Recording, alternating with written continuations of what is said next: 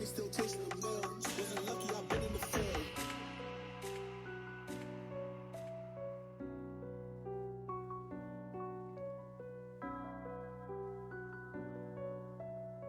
Got money still chasing the mill. Wasn't lucky, I've been in the field. Yes. How y'all feeling that intro right there, man? It's your boy Raps. And Erin Boogie. We're here in the field. In the field, Radio Man 91.3 FM WVKR. Poughkeepsie Independent Radio. You already know, man. Shout out to the intro. My man Rich Morris made the intro. Yep, Rich made the beat and Foreign Dre on the song? On the couple bars. Okay. Nice. I'm messing with that right there. What's good with the song? Where the sample came from? All right, so the song is called Time Today. It's not out yet. Okay. But it's coming. All right, so you got the plug for that. Yes. All right, fire. All right, bet. We back again. Another week, another Monday, another 10 p.m., right? I was getting a lot of good feedback from last week. Yes. A lot of Love people to hear reaching it. out. People had their notes. They was like, yo, this is all the things that I'm rocking with right here. I'm like, all right, cool. I'm glad that people took their time. I'm glad that everybody's messing with the appearance of me on the show. And we're going to keep doing it. Yeah, no, I told you. I felt like there was some energy missing from the show and that you were about to bring it back. So it's there. You sound like your energy's a little bit higher than last week. Yes. Okay. Well, last week I was not awake, so. Okay. Nah, I feel you, man. But listen, another Monday, another 10 p.m. It's your boy Raps. I just came from House of Birria. Yo, Shorty keep getting on me about that, right? House of Birria. She said, roll them R's. Yeah, and it's an I in Birria. I always say it like it's an R, like we talking about bars. Listen, my skin color does not allow me to even attempt to say that. I respect it. How was your weekend, though? Listen, this weekend was good. So I've been on like a run for the ages. I feel like I said I was going to get back to work in about January-ish. Okay. Shout out to Ice the God. I went out for his listening party and said, you know what? This was fun. I think I'm going to get back into this. And I don't think I've been home since. Get the popcorn ready. Yeah, right? The walking movie. So I decided this weekend I was going to stay in the crib and get some stuff done. So that's what this weekend was. And then I'm away next weekend. So that I'm looking forward to that. Copy. So just so y'all know, there will be no show next week. Next week on the 12th, there will be no show. Okay, got it. But yeah, like I said, just coming from House of Birria, okay? And definitely turned up, definitely had a good time. Shout out to everybody over there. My weekend was chill. I went to the Yankee game. Oh, jealous. How was that? Yeah. It was good. We won 3-0. You know what I mean? No need to go the whole ninth inning. You know what I mean? I like that. A little bit of rain, but nothing that interfered with the game. And no rain delays? Nah. Magical. Nah, and the seats I had were nice. Like, everybody's like, I need to be on the first baseline. I need to be on this. So, I was in the outfield, but, like, the first row. Oh, okay. Like, if somebody hitting a home run, I really might be able to catch this. Yeah. With my hat, of course. Yeah. Oh, you didn't bring your glove? Nah. I gotta. Oh, man. Yeah. Come on. Yeah, I got trauma with bringing the glove to a game. We'll talk about that a whole nother day, man. But listen, a lot of news. A lot of entertainment news. We did get some music this week. Yo, it was the Kentucky Derby this weekend. That too. Go ahead. You want to give us the update for all our equestrians out there? Well, first of all, Sovereignty won, and that's one of the horses I bet on. So okay, I had the little come up. Actually, the Oaks. So the Oaks was the day before. That was on Friday. I bet on Good Cheer. So I hit on Friday and I hit on Sovereignty on Saturday. So get with me for your picks next year. So people.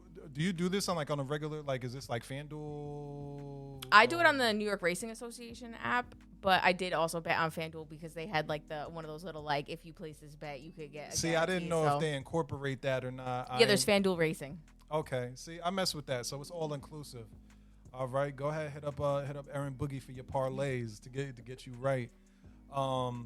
We had Lloyd Banks drop. We had a Benny the Butcher drop.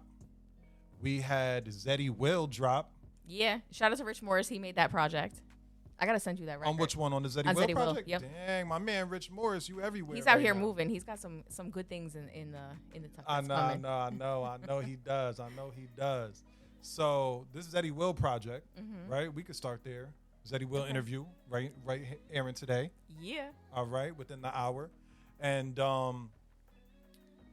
Overall, my take from this was I miss mixtapes. Oh my God, can we have that conversation? So him rapping over beats that are Joe Budden Pump It Up. Yep. Nori, what? There was another joint he got.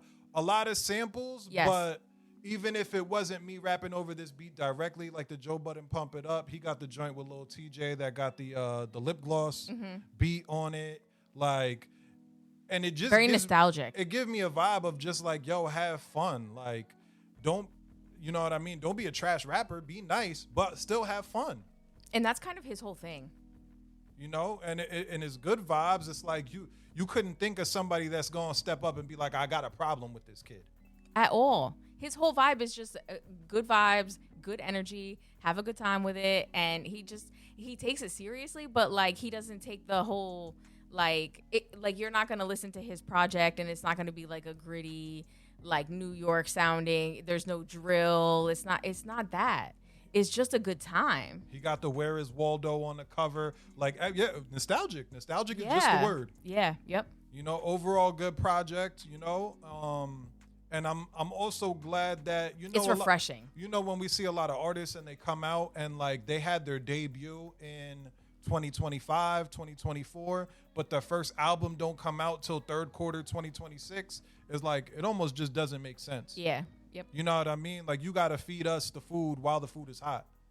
And I think they did just that. So shout out to him. Shout out to his team. Overall dope project. Yep. We had Benny the Butcher.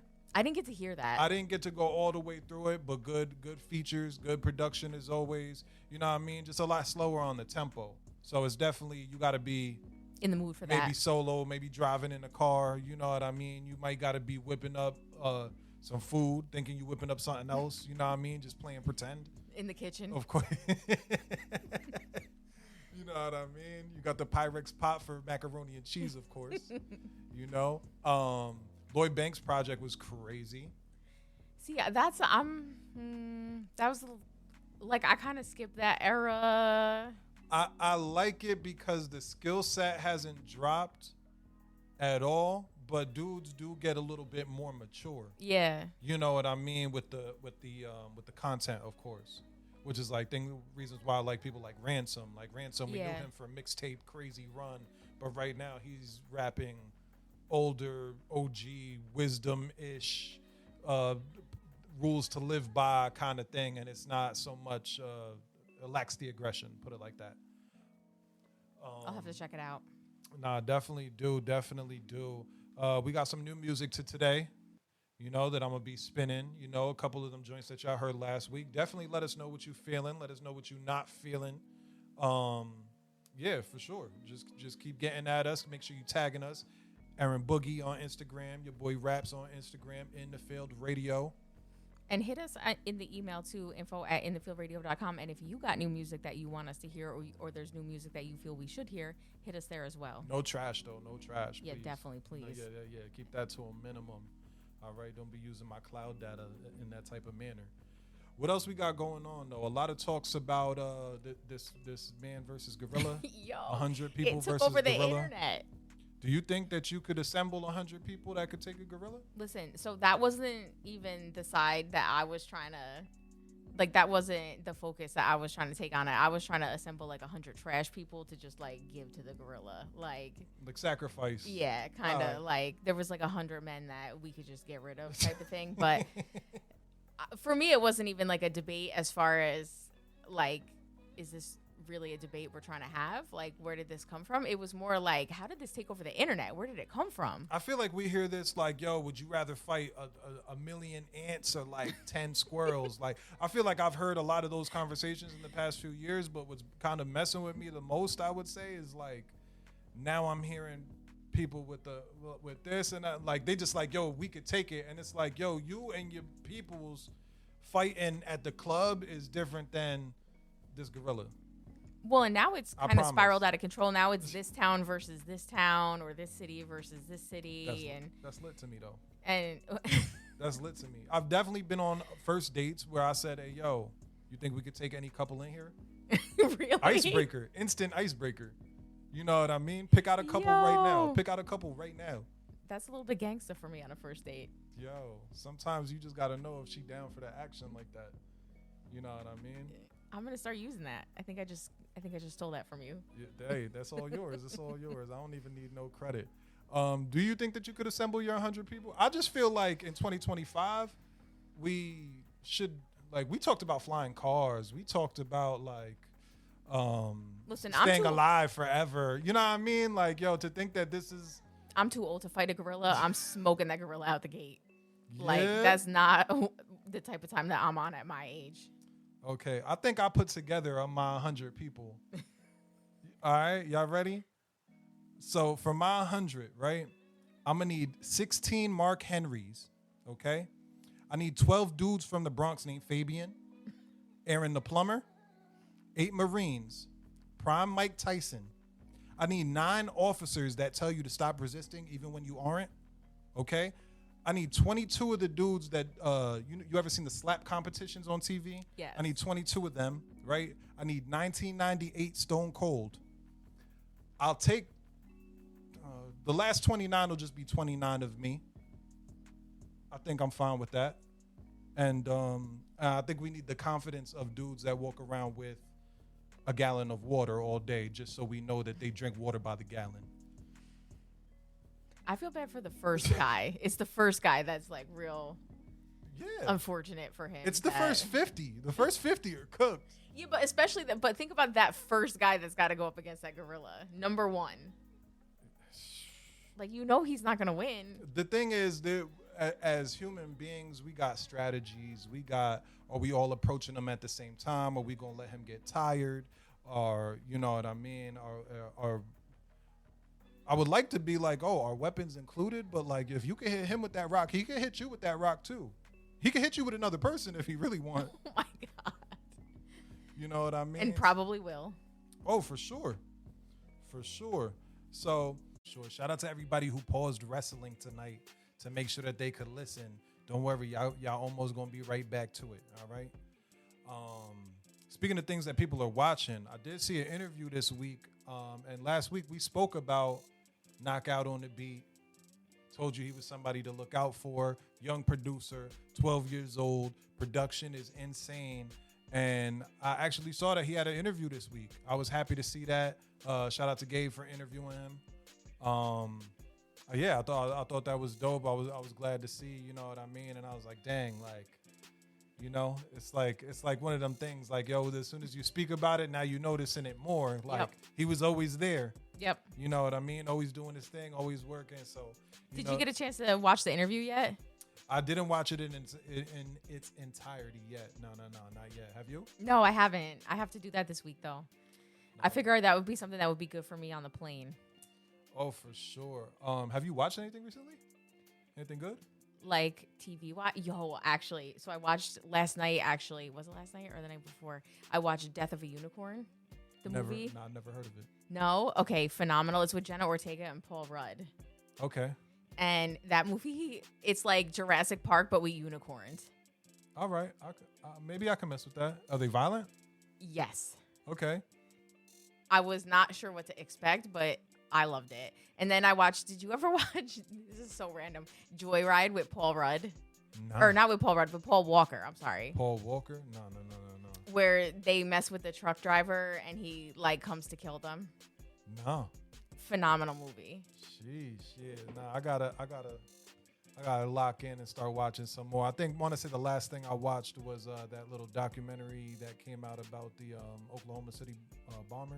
Mm-hmm. Maybe came out like 3 weeks ago. What is that on? That's on Netflix. You should. Oh, okay. You should check it out. Other than that, watching a lot of basketball. Big up to the Knicks. Yeah. The Knicks played tonight. I'm not too sure when the next game is off top. But just the start of the series, so, you know what I mean? We got plenty of games to go. We still hanging in there, fighting and clawing our way through the Eastern Conference. Yeah, man. And I love it. Got to say a prayers for the Knicks.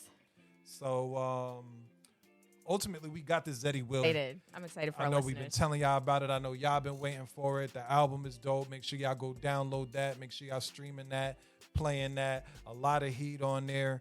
Shout out to Erin Boogie. Thank you. For locking that interview down. You know what I mean? Right before I joined the show. I think she did that on purpose. But I forgive you.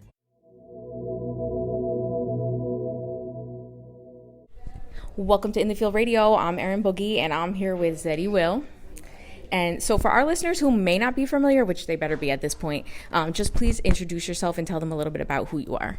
My name is Zeddy Will. I'm from Queensbridge, New York. I'm 23 years old, and I am an entertainer. I make music, and I do comedy. I was going to say, you're a multifaceted entertainer. Yeah, right. You're like a double threat going on. Yeah, exactly. So just a little bit of background info before we get into the project that's dropping. What was a young Zeddy Will like growing up? In trouble, always in trouble, getting kicked out of schools. You know, my mom had to make me change schools a couple times, but just fun to be around and just people enjoy being around me, for real. That's what I was wondering. Were you always funny? Yeah, well, from what people told me, because that's why I started my, TikTok, and then we'll get into that, but originally, people just always found me funny, and it was like, yo, you need to hop on this app named TikTok, and the rest is history. Yeah. Were you like the class clown in school, and that's why you were changing schools all the time? Yes, class clown, but I always did I did too much. Like, I wanted to be funny, and even when I got in trouble, I wanted to be even more funny. So, yeah, that was Zeddy Will for you. What are some of the realities of the daily grind of a content creator that people don't see? Ooh, I would say having to be consistent. Like, I think a lot of people are not where they really should be. There's a lot of people that are talented out there, but when I learned to be consistent and really locking in and making videos every day and posting every day, that's where, my life started to change for me. So people don't really see that back end work of really trying to record every day and put out content every day, because there's a bunch of content creators. So you really get like washed up and like get lost in the sauce. About how many hours a day do you spend making content? I was like 2 hours. So it's a hard 2 hours though. Like it's not like 2 hours and you're just good for the rest of your day. Like, it's a hard 2 hours. Then you got to get into editing, which may take another hour. Then a lot of times you could delete a whole bunch of videos that you really didn't like, but you liked at the moment, but it's just a whole bunch. So I would say like two, 3. So it's really a full-time job. It really is a full-time job. It's not like a 9 to 5, but like it's a hard 3 hours of just locking in, making music, making videos, whatever the case may be. And that's what I don't think people understand, is that not only is it not really a 9 to 5, but it's more than that. It's more hours than a 9 to 5. Mm-hmm. It is. Well, people always have that debate as like, which is harder, being a content creator or having a 9 to 5. Now, I don't have an answer for it, but I've never worked a job, so I really don't know. And yeah, I never like, I don't know how to compare them that much, because I'm only on one side of the spectrum, not the other side. Yeah. And talk about transitioning into music. Oh, that was fun. It was just a random day in my house, and I made like a freestyle on TikTok that everybody was like doing at the moment. It was like an open verse challenge, I guess you could say. And I did it, and it blew up, hit 1 million views. And I'm like, if the music is hitting 1 million views just like my comedy was, maybe this is a direction I should go in. And I started making music, but in the beginning it was whack. Like, my managers was telling me like, look, I ain't gonna lie, this might not be a thing. I love him. That's why he's just so honest to me. And then I started to work on it, because I don't want to not be good at anything. So I worked on it, and I got better. And people are liking my stuff now. So you weren't one of those rappers that was like, I started writing at 4 years old. And No, I started writing 3 years ago. So when I was 20 years old, and the rest is history. I don't have no like 5 years old writing music stories. I don't got that. Something that caught my attention when I was reading, studying you to come here, was it said that your journey is not one of hardship, but of a kid chasing his dreams. Mm-hmm. And something I think hip-hop gets caught up in is it places a lot of emphasis on struggle and pain. And so it's kind of refreshing that your story doesn't force that. So talk about how your background influenced your style and sound. Yeah, like I said, just being a kid that was always fun to be around, and just, I love high energy. That's what Zeddy Will is. One word to describe me is fun. I always tell people that, and it resembles, my music resembles that, like high energy. The beats selection is always something that's up tempo, make you want to dance and party, because that's what I used to do, and that's what I still do. I dance, I party, I do that. So, that's why I always say keeping it true to yourself is the best music you can make. I'm not out here, dealing with drugs or killing people and doing all that type of stuff. I'm being myself. I know people always, they hear Queensbridge and they think Nas and Mobb Deep and all that stuff. Did you ever feel any pressure to kind of make more gritty music or anything like that? Or did you always just feel okay being your authentic self? Now, I always felt okay being myself. And that's crazy that you say, because a lot of people, being from Queensbridge, you got the MC Shans, the Mobb Deeps, the Nas. But then you also got the Roxanne Shanti, where it's just lighthearted, it's fun. Like, so then that's me. So, yeah, like I said, being true to myself is what was keeping me afloat. But you mentioned Roxanne Shante, and she doesn't get enough shine either. Right. Yeah, Roxanne is a legend. I got the chance to meet Roxanne 2 years ago at a fundraiser, a toy drive. It was just the best. So shout out to Roxanne. People don't really pay attention to women in the rap industry, just the industry period. Preach. Yeah, they don't. And right now the women are killing the game. So yeah, shout out to the women right now. In facts. And who were you influenced by musically? Ooh, okay. Eminem. I love Eminem. That's, I would say, my favorite artist.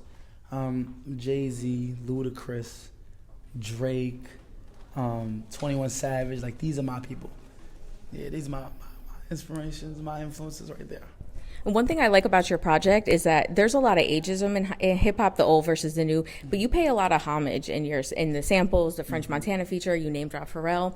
So you're not really afraid to go back to your roots. And you seem like it's a very cohesive project. I was surprised in a very pleasant way how mature your sound was and stuff. And like hearing you speak, like you definitely come across that way. So I definitely just want to give you your flowers while we're here. Appreciate it. Thank you. So just talk a little bit about your project and what you're excited about for it. I'm excited for people to see the versatility that I have. 10 songs on the project, 2 are already out, but the other 8 are just, you got party music, then you got sit in the car music with the Set the Tone song that I got.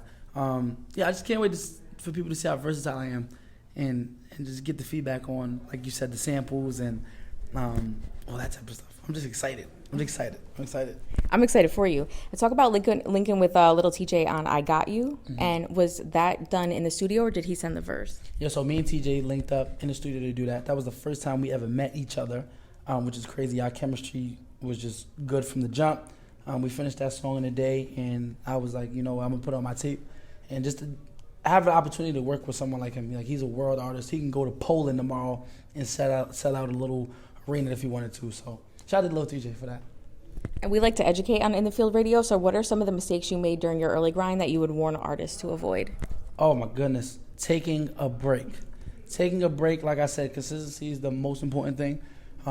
So, it's okay to take mental breaks, but not that work break, man. That work break is something serious. It's like, I don't know if all my athletes out there, you take 2 days off when you've been training, you're going to feel it. So, yeah, taking a break was definitely one of the mistakes I probably won't never make again. Best piece of advice you've been given? Ooh, to stay true to myself. My mom tells me every day, stay true to myself. Dream collab? Enly Chopper. Yo, he's fantastic. You guys would be fantastic I love together. Chopper. He's a movie. He's fun to be around, and his music is fun too. Who are some producers you would like to work with? Ooh, Metro Boomin.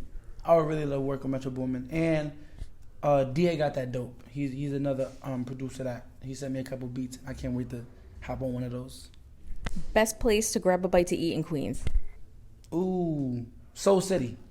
It's in Jamaica, Queens. What is a song that would surprise people if they knew you listened to it? Ooh. Oh, Hello by Adele. Oh my God. Oh no. Closer by the Chainsmokers. Closer. That's my pick. Closer by the Chainsmokers. I love that song. What are some goals you have for yourself this year? To keep my faith in God and keep putting out good music for my fans and be consistent with dropping music. And is there anything else you want my listeners to know before we get out of here? Enjoy my album. Enjoy my mixtape, on May 2nd. And I love y'all, all my new listeners. And to tune into my new brand that just soft launched, Good Son. My website is goodsonnyc.com. You can go get all the shirts that we just dropped, and there will be more. We got pajamas coming, we got wristbands, stickers, all that type of stuff. So I'm excited. There's a lot going on for Zeddy Will this year. Thank you. No problem. Thank you. Yo, I wanted to say, good job on that interview. I was listening to that one there as it played, and I'm like, yeah, that's my girl right there. yeah. Listen, I do what I do.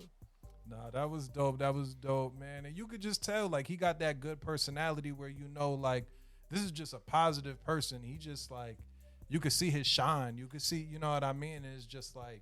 I was going to say, because shout out to Zeddy Will, because I couldn't do it without him either. He was a really good interview. And it's not always easy to do some of these interviews. You know what I mean? Sometimes it can be like pulling teeth, or they give one-word answers, or if you're interviewing somebody that doesn't have something going on or whatever, you know, yada, yada, yada.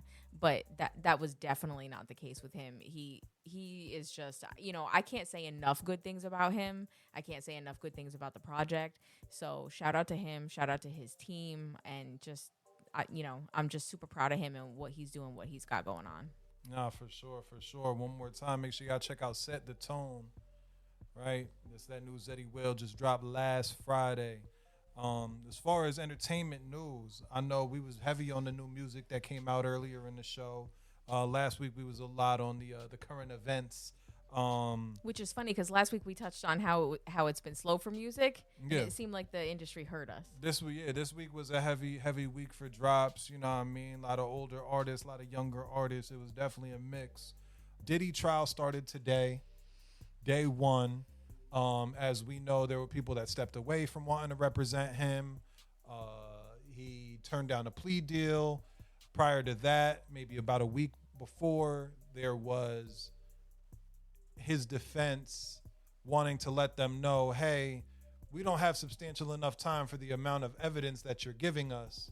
And the court pretty much told them, well, the judge specifically, you got 6 teams representing him at once. Figure it out. You guys got more than enough manpower to kind of get to the bottom of this. Now, these charges that are all being grouped up together, brought against him, are all relating to sex trafficking, forms of prostitution. And one of these charges alone carries potential life. So we see why he would have turned away plea deal, because if you might throw life at me anyway, let my lawyers do what they do and do what I'm paying them for in order to get me something less than life. But this is it's crazy what time does to a legacy. Like, think about Diddy on top of the world for how many years? I'm thinking of Diddy in 98 watching the TV saying, while he dancing around, got a yellow suit, him and Mace, throw your rollies in the sky. And I'm like, how did we get here? But how did we get here? Like, this is so crazy to me. Anyone else was him. It's so crazy to me that this is where we're at with things. It's almost mind-blowing. Having been such a huge fan of Bad Boy, this just feels real upsetting. Well, you know what's so crazy is I feel like as we were children, did we not always hear that Diddy was, you know what I mean? Like, being hip-hop heads, being people adjacent to the industry, things like that, you would always hear Diddy does XYZ to his artists. Yes. You know what I mean? He into this. Mm-hmm. You know what I mean? And that was always the thing. I've always cautioned people, you know, if you hear someone that says they look up to Diddy or something like that, like, be weary of that person. And especially back then when we were kids, there wasn't social media. There wasn't something that connected all of the world. So for us to be hip to this knowledge at a young age, it's like, that must have really, really spread. Pause. You know what I mean? But that news really spread. And it must have been something that was serious enough that it penetrated, again, pause, deep enough that it made the rounds. Just watching people kind of just like smear their whole legacy that, you know, you could have walked away from. There's people that literally be like, yo, I'm done. I gave it all I got to give. Enjoy my work that I've made throughout history. And, you know, I'm on to the next chapter or whatever it might be. And I think that's just a classy way to go out. And then you could always hit the pump fake. Like, oh, y'all missed me? You know what I mean? Jay-Z retired a couple times. Yep. You know what I mean? Yep. How many times 50 Cent done retired one of his shows? You know? All the time. You know? How many times you said, yo, I ain't drinking no more? Guess what? Every Next time. Friday, in there. I seen you. You know what I mean? So I just want to see where this goes. You know, I feel like ultimately, though, the evidence is stacked up against him, and it's going to be hard for him to fight this. It's also hard for him to get a fair shake. Yeah, no, absolutely. You know, that's also like the double-edged sword of like the world knows you is like when you walk into a courtroom, the world knows you. And also, that's also like we were talking about last week, that, you know, the court of public opinion, you get tried there way before you ever make it to a courtroom. Now, mind you, these charges against him are for 2 separate victims, neither of them Cassie. But obviously, we see on the news cycles, they're just replaying the Cassie in the hotel video, and it's kind of giving you that you already got the prejudgment of like, yo, he's guilty, and it's like that's not even the crime that is at hand in this very moment. And that's the other thing about these situations too, is that as a celebrity, you have something like the Cassie video come out, and now all of a sudden these other lawsuits come out of the woodwork, and you kind of have to work your way through, how many of these are real, how many of them are just money grabs, like what's old and what's new, what's made up, what's not. So you kind of got to sift through a lot of stuff to get to what's actually real. And it's difficult. I'll definitely see this being a very long, drawn-out trial. Definitely. Something that they're definitely not going to get right to. It's going to be exactly like what happened with R. Kelly. He's been locked up a year now. Mm-hmm. You know what I mean? So, listen, man, prayers for all involved, prayers for all affected. But, yeah, obviously we just going to have to see how this play out and where the chips fall. Yeah. Oh, and they got that, documentaries. How we got documentaries already configured. Like, we put documentaries together quicker than you got a quote-unquote speedy trial. Yeah. Yep. You know, and that plays into what we already believe about you going into this. Well, and that's the thing about a documentary, is that depending on who's making the documentary, they can lean one way or another. And as a viewer, it kind of pushes you to feel how that documentary feels. It's been another episode right here in the Field Radio. We're in the field with it. Erin Boogie, your boy Raps, 91.3 FM. WVKR, Poughkeepsie Independent Radio.